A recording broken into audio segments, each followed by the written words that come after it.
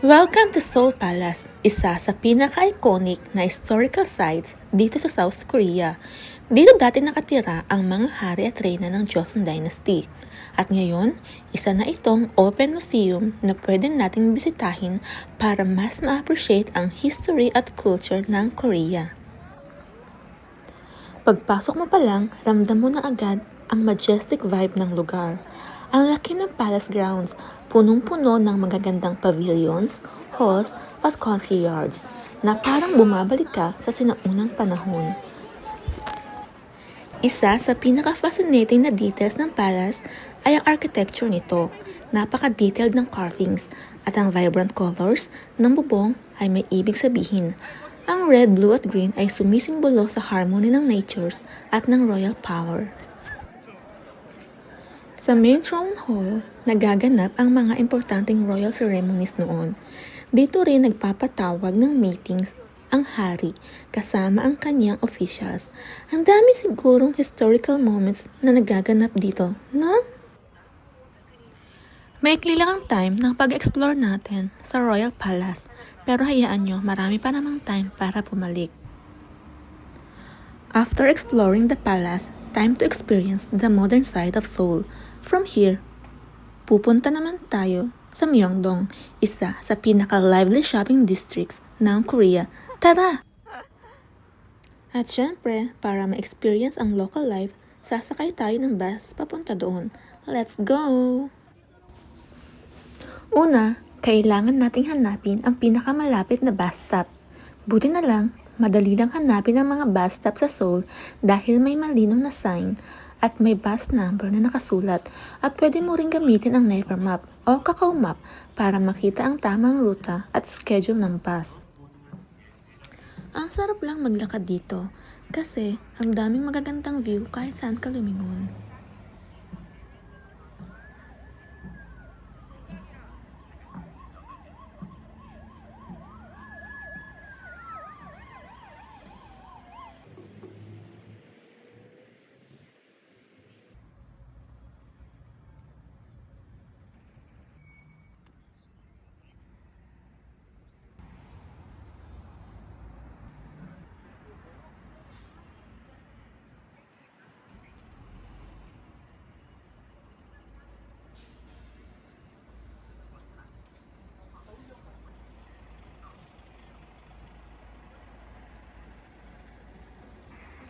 Dumating na ang bus.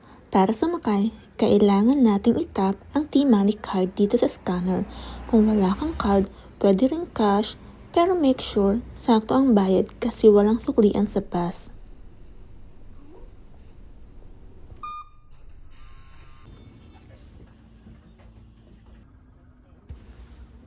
Alright, nandito na tayo sa loob ng bus. Ang ganda ng view mula sa bintana. Habang bumabiyahe, makikita natin ang modern architecture ng napakataas na buildings at shopping centers. Kung pupunta kayo sa Myeongdong galing Seoul Palace, I highly recommend na mag-bus para mas ma-enjoy nyo ang cityscape.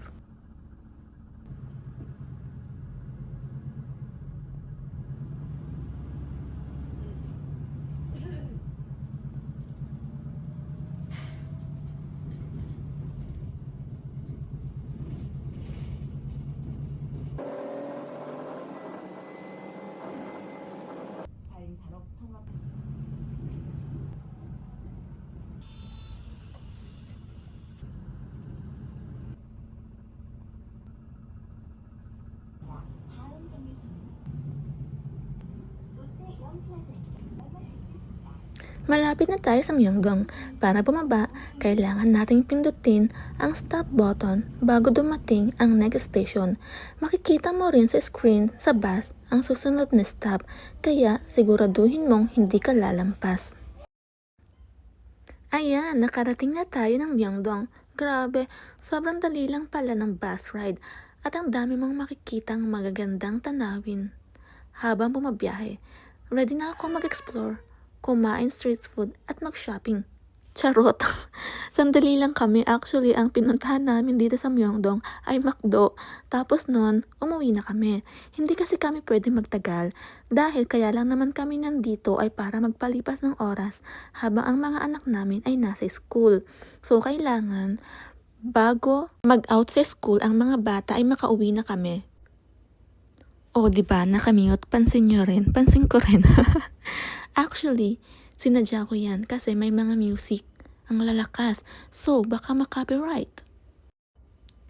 And finally, makakakain na rin. Nakarating na rin kami ng McDo. O, di ba? Ang bilis ng transition. Tapos na kaming kumain. Oras na para umuwi. Anyway, guys, thank you for joining me today and see you on my next adventure. Annyeong!